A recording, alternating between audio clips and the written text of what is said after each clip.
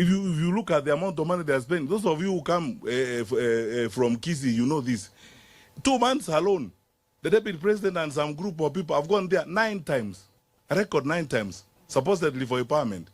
100 shillings, 64 shillings, you know, hustling villagers, we are empowering you, and so on.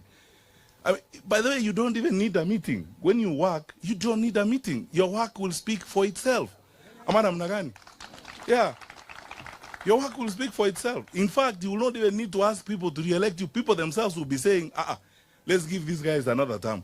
If they are going the way they are going, let them complete what they are doing. So, but what are they going to complete? Nothing. Give you more time to complete nothing. I mean, so, yeah.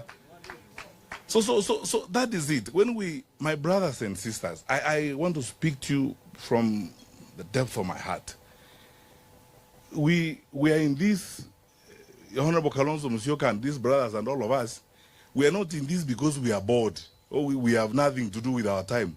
We are in this because we want to make a contribution, because we are shocked at how our country is going down. That's all.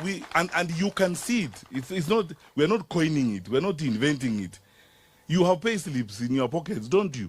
And you see what, so, sasa as President Kibaki would ask, sasa unataka, we unaona na unataka wambiwe. We tell you.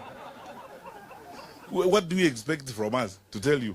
Time is here for this country to be in the hands of different managers. Our challenges and our argument is based on one thing: management.